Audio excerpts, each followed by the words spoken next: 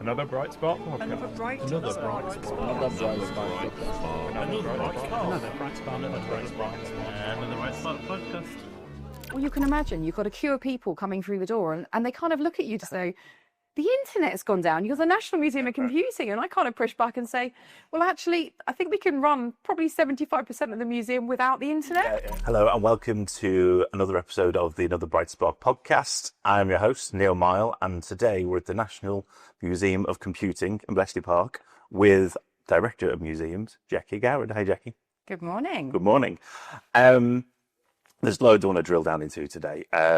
One of the things that we spoke about on the phone was representation and people getting the recognition deserved. Because we're here in Bletchley Park, Alan Turing, obviously a big name. Ada Lovelace, also a name that people bound around when they're talking about computing and the history of computing. But there are quite a few underrepresented people, aren't there? There are actually, and there are far too many. We could be here for years talking about them, but I do think that, yes, we should look at the past and we should also look at the current, because we talk about the Ada Lovelace, the Tommy Flowers, maybe, the Alan Turings, the Bill Tutts, Gordon Welshman, but there are so many other people. These people in the war and beyond the war worked together, built things, problem solved, came together to find solutions, and we're here now enjoying the benefits. But sometimes we just go with sort of the pick of the bunch, and I think it's a shame because actually I don't think any one person, can achieve great things on their own. Yeah. So give us a few examples. Who do you think deserves a bit of recognition? What are the stories? Yeah, we did. So obviously we have the world-class working collection here at the museum, and we start from the 1940s. So we often talk about the Turing Welshman bomb and we say Alan Turing. But again, you have the Gordon Welshmans and you have many other people that were there, doing great things. The women, forgive me, but there were women here in the war running these machines, and, everybody's job was so important and, equal. You look at Turing and Colossus, our exhibitions there. Again, we talk about Tommy Flowers and we are recognising him more at the moment, which I think is beautiful. Yeah. But you have all of the colleagues, beside them, beyond them, that were doing things to make those things work. And when we celebrated Colossus 80th last year, we actually created an exhibition and we found hidden figures. And that's the only thing we can say. So Professor Brian Randall had interviewed many people that had worked with Tommy Flowers. And on these transcripts that we've now converted so people can actually, I don't want to say hear the ramblings. Right. Some of the names, we don't have the surnames. We still don't have the surnames. So it's remarkable. You hear these engineers talking about their journey of building these machines here, but we don't know the surnames. So there's someone called Gordon, for example, who was just like, oh, Gordon did X, Y, and Z. It's like, who is that? And I just think there is so much research, things are coming out every day. Every time someone comes to this museum, or other museums, or, people are researching material, or there might be a family member that said, oh, I didn't realise this, but I found my mum or dad's diary and they were here on Bletchley Park doing great things. So that's what's exciting about, I think, the journey we've got ahead of us is to find these people and celebrate them. Yeah, personal stories as well. That you see family members, it's someone's connected, anecdotes. I mean, how do you even go about that sort of, obviously someone comes to you and says, such and such, here's evidence of a family member. Where would you begin? Well, I think, we all know that in the war, you signed the Secrets Act, you were told, you came here, you did your job, and you went again, or maybe you stayed here. Yeah. But actually, it happens in the most random ways. So we had a couple of visitors that came through one of our volunteers, and they came in and they said, my dad passed recently and he worked here. And here is some material. So sometimes they've kept these materials, or whatever they may be. Yeah, of course. And everyone steals from work. A pencil, plans for a bomb. Maybe. Could be, yeah. I mean, a bit of stationery, a few Post-it notes. Everyone loves the stapler, you're right. But no, so that's the way it comes through. We get a lot of people coming from all over the world that will write into us and say, actually, I've got a piece of material, or I found this in the loft. That is a big one. Yep. I found it in the loft. Is it any good? I have to say, anybody that finds anything that they maybe don't want, please always contact one of the museums, or, whether it's GCHQ, and ask first, because there may be something really beautiful about someone, a really important part of history. It'll fill a gap. Okay. So I'll get some links or put in the description down. People find it. Yeah. So in terms of funding, your museum, you're a charity. We're just discussing how important these stories are to keep alive. People bring you document evidence, but then you have to spend time and money investigating that, discovering more. how important that is to the museum, and how to allocate funds accordingly. Yeah, it's a challenge. I mean, everything in the world is a challenge at the moment. We're all navigating our way, which, is, you can take that as a, your own uphill struggle, or you can say, right, every time you achieve something, it's great. So charities do struggle. I think museums are probably not, they're classed as a luxury, but when we get something that we feel that is really important, for example, Betty Oliver's diary, that was given to us on a very special occasion, and we were lucky enough to have an exceptional curator that basically could look at that diary, put it on display for a short period, with the right lighting and everything. You've got to think about all of these things for conservation, and we were lucky that we could do that quite simply. But when you get a research project, it takes money and people and resource, and it's quite hard. But we do have opportunities as charities to go out and apply for grants. We're very lucky. We've got a huge pool of people that support us, and if we do a fundraiser for something that's social histories, oral histories, preserving the past, but investing in the future, we're quite lucky that we get that. But it's time is the most precious thing, and we don't have enough of it. No, you're always going to run out of it. Yeah, absolutely. You said something interesting just then. You said museums are seen as a luxury, and there was a little bit of scorn in your voice as you said that, because I don't necessarily think it is. I mean, this place has literally changed people's lives, and it makes an impression. Earlier you were talking about the kids and what it means to them. Yeah. What impact does it have on young people? Well, I think the museum, when I say luxury, I feel that, with the way the economy is at the moment, we've got this cost of living, and I think everyone's feeling it. Do you, put fuel in your car, or do you go on a day trip to a museum? No, we're not a free museum, unfortunately. We have bills to pay, and we have a collection to maintain, These are very, very clean, not dusty. So I think, I personally would go to a museum and take my grandchildren, but I think that numbers in museums across the board, from the research that's been done, numbers are falling. And I do think that museums have an impact. They tell a story, they engage in people, as they work hard to become accessible. So it is for the whole family. And you come through a door of a museum, you hopefully have the most amazing time talking to the volunteers, the staff, understanding the stories that are preserved and shown to you, and you leave having been impacted. It might spark some inspiration. You might want to go to work for a museum. With us, we do a lot of hands-on stuff. So we are working. We are one of the fewer museums that work. We want people to come and immerse themselves in, getting hands-on with these BBC micros, for example. Go back to when you were at school, write your programs. But it takes a lot of work. Our volunteers are unbelievable. They are invaluable, because they come in, they give their time, and they maintain these machines. So the education can play, I can play, you could have a go later. So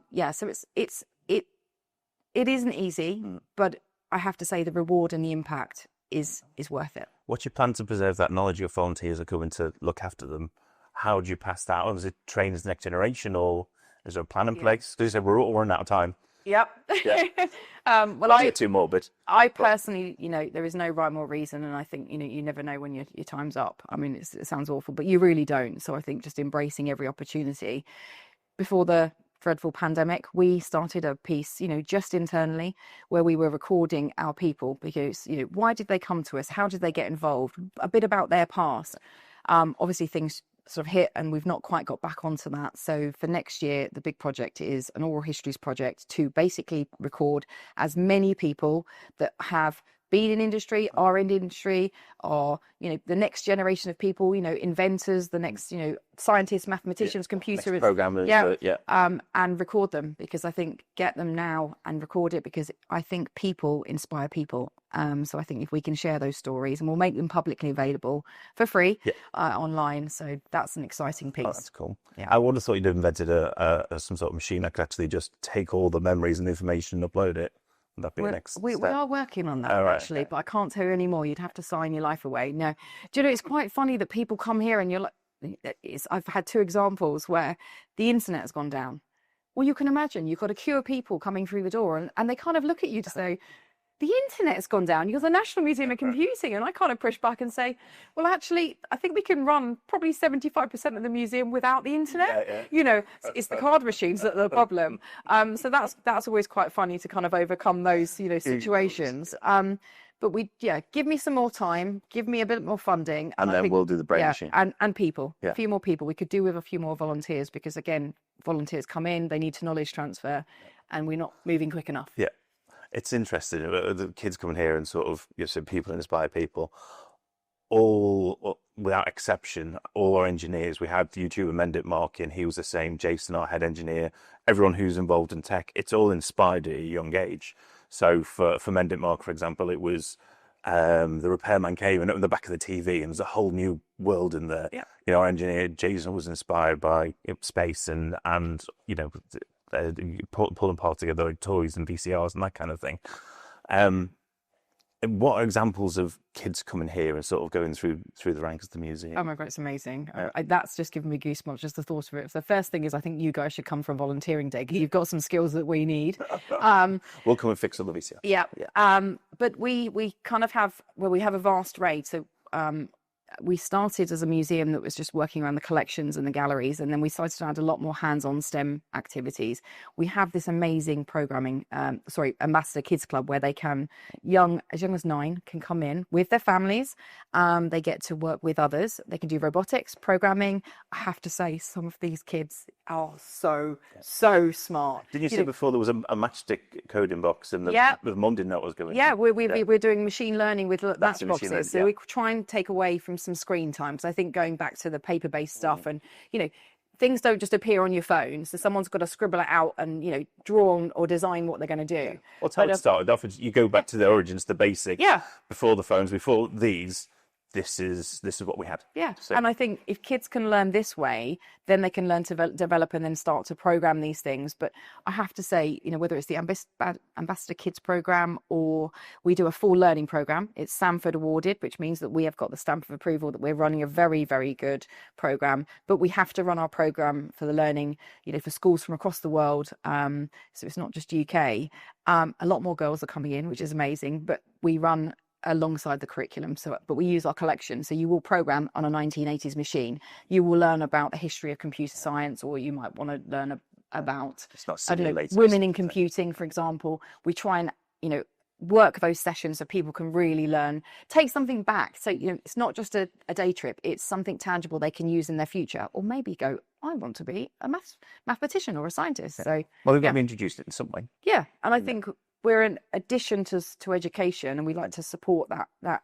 There's a gap between education and industry, I think. So coming to us, we try and engage industry and education, and then, you know, hopefully inspire them to think, oh, I could be a graphic designer, or I could, you know, there could be anything. You know, the world is your oyster when you're a young person, but just try to find what is going to work for you. To have that spark of inspiration. Yeah, I think so. And you have to try different things as well. Yeah, well, you don't have to make your choices at 15, do you? Although you've got this GCSE thing happening and you're like, oh my God. But actually, no, just come and get hands-on and understand that you might, cybersecurity, what is it? You know, because there are so many different elements. What's AI? What's programming? What's an architect? You know, so try and help.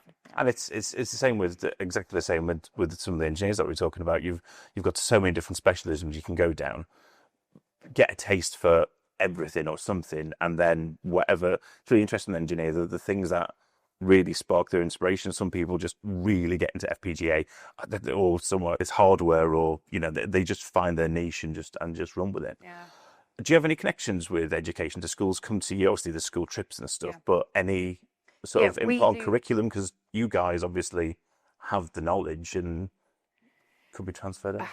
Within our pool of volunteers and trustees and, you know, and staff, yes, we have a huge amount of knowledge, and obviously with our partners, you know, externally and sponsors, we are quite a good hub of knowledge. We work very closely with a lot of schools and universities, and we are working harder to work with primary schools, because I think, you know, kids need to start as young as possible if they want to, or you can maybe inspire them to get involved.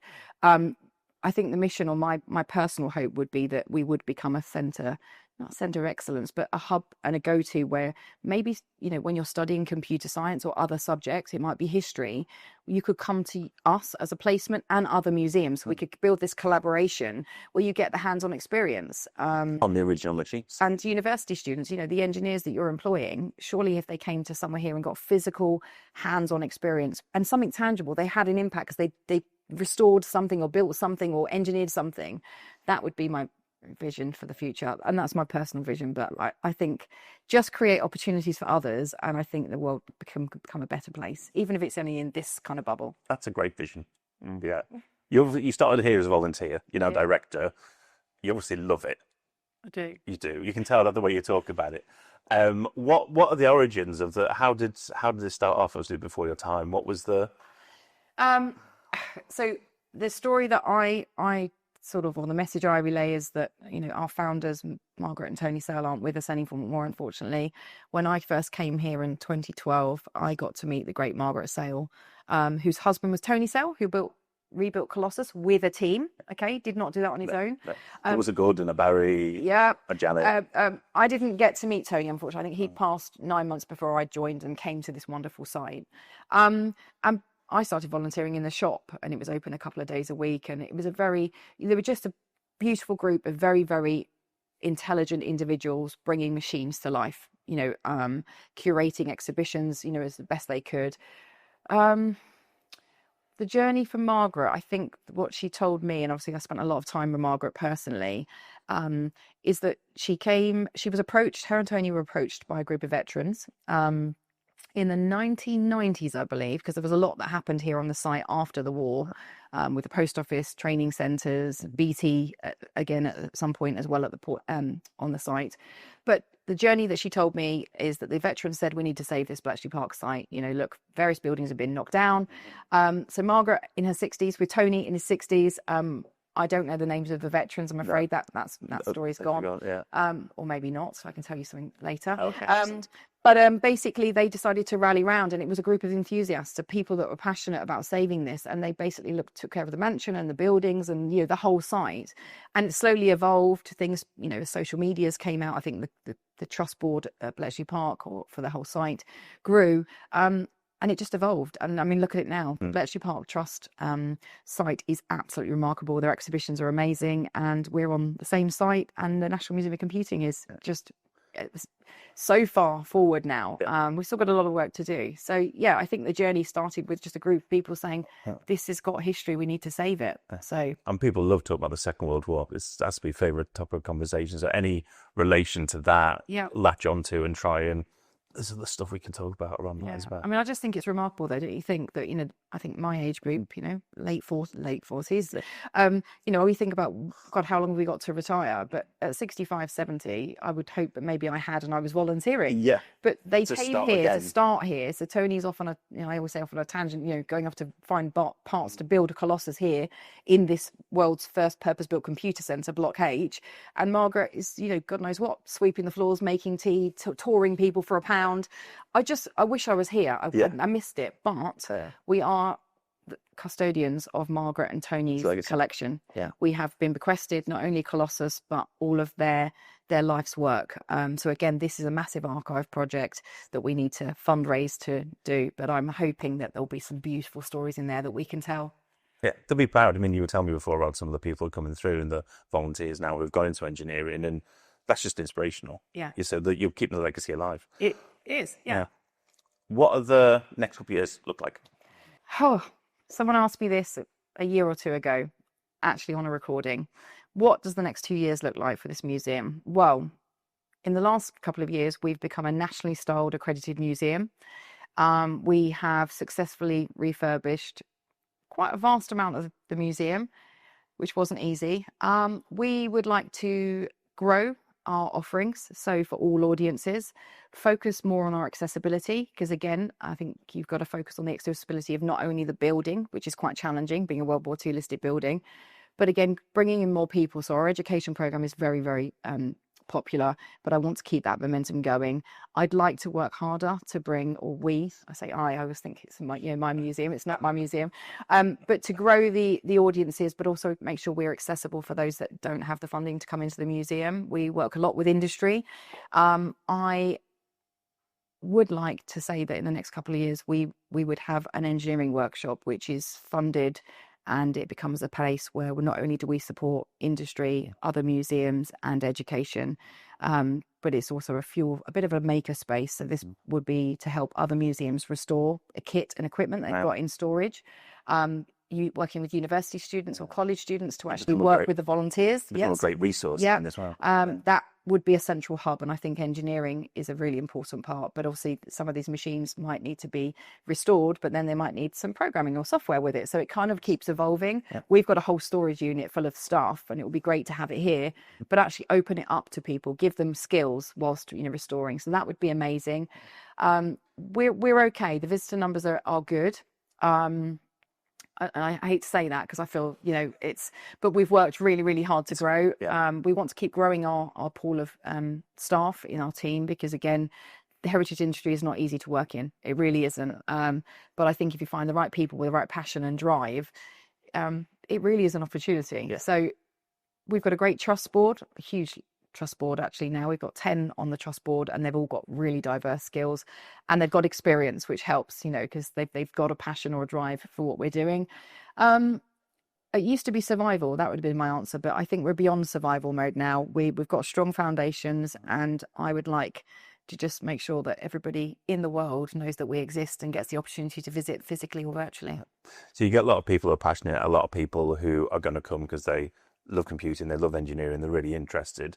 For people who might be watching now, who are maybe working in the tech industry in a sort of like a marketing role or a sales role, or on hands-on technical, why should they come? Why should they come and visit? Why should you come to the National Museum of Computing? Because it is a world-class working collection with the most amazing volunteers. I cannot tell you, if you look at any of our reviews, all you hear and you can see is that they've come to the museum. They maybe weren't looking forward to it because it's from computers, but actually it's not just the computers. It's preserving history. It's telling the stories from the 1940s, but it's also technology and computing affects everyone on the planet. I cannot think of a scenario, even if you lived on a desert island, you're going to have some supplies delivered. Do you know what I mean? So I think Amazon. I mean, and the drones, but do you know what I mean? I think, we are working harder to cater for more people. But I think, if anything, if you're not interested in the hardware, what about the people? Because there are people that lost their lives, and we're here. And we need to build on that legacy. What did they leave? And then carry on with the solutions and the innovative ideas. And I think, I can't tell you, I love this place. Yeah. It's just, you come in, you're immersed, it's the smells, it's the touch, it's the sounds, you get to touch things and engage with them. When we walked in, it smells like a library. And I just think, come in, and I don't think you'll be disappointed. One of my things, when we have corporate groups coming in, I'll say, look, have you ever been here before? And, they raise their hands. And if they haven't, I'll say, shame on you, but you're here now. And then they leave and they're buzzing because, again, it might be that you might bring your team and they'll say, well, these laptops you've given us to work on are terrible. We'll bring them in here and see what other people have had to work with. And then so I think it sparks innovation of where we've come from, where we are now, and hopefully engages people to think, God, where are we going to be in the future? Yeah. And all through that, you're preserving legacy, people's journeys, people's histories. Yeah. And until you invent that brain machine, then, it's the best way to do it. Yeah. Well, again, if there's a pool of people that want to come and start collaborating, we'll maybe work on this machine because, I'll be the first to get in, Excellent. All right, Jacqui, thank you for joining us today. You're welcome. Brilliant. Thank you. Hi, I'm Neale. I'm the host of Another Bright Spark podcast. It's hosted by Ignis. Who are Ignis, you're probably asking? Well, Ignis are an electronics design agency. We're based here in Nottingham. We have a bunch of really talented hardware engineers and an equally bunch of talented software engineers. We speak to a lot of interesting people in the technology space. We have business leaders, business coaches, engineers, YouTubers, electronics experts. We thought it'd be a really good idea to leverage their expertise and to give you something a bit back. We've got some really great guests coming up, so make sure you subscribe, click your notifications on, do all that good stuff. Don't want to miss it. Hope to see you there. And it said, just want to ask your advice about something. I said, go on, was it? He said, got this opportunity that somebody's offered our band a recording contract. Honestly, Matt, if you've got the opportunity of doing it, brilliant. And they went on to become OMD, Orchestral Maneuvers in the Dark. The fact that we want that physical object and we still go through the process of putting it in, needle on the thing and scratchy sound, but we still get to enjoy that. There is something fundamentally tactile. I'll read one comment, or one will just come up on the app and it just sort of sticky because it's real criticism. That's it. And as a content creator or YouTuber, it can't be anything but personal. The bias issue is the one that worries me probably most. Hallucinating I'm not technical enough to know if that can be addressed.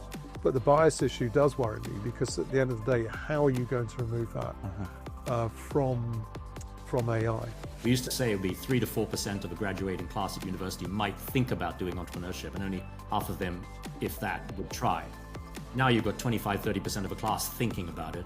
£100,000 of Yeah. Michael Sheen's own money, so Yeah. he wasn't paid for filming. He essentially footed the bill for the whole project, made Right. it all possible.